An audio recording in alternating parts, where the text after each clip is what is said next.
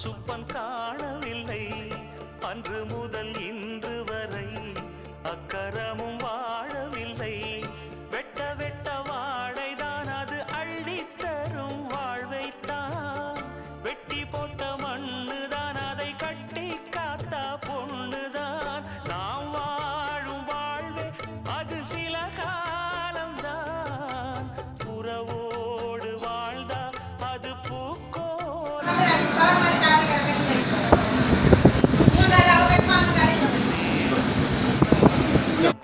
என்னடி ஞான பெண்ணே ഉണ്മ சொல்லടി ஞான പെണ്ണേ. ചിലരുണ്ട് നമ്മൾ എന്തൊക്കെ ചെയ്താലും അവർക്കത് കുറ്റമാണ്.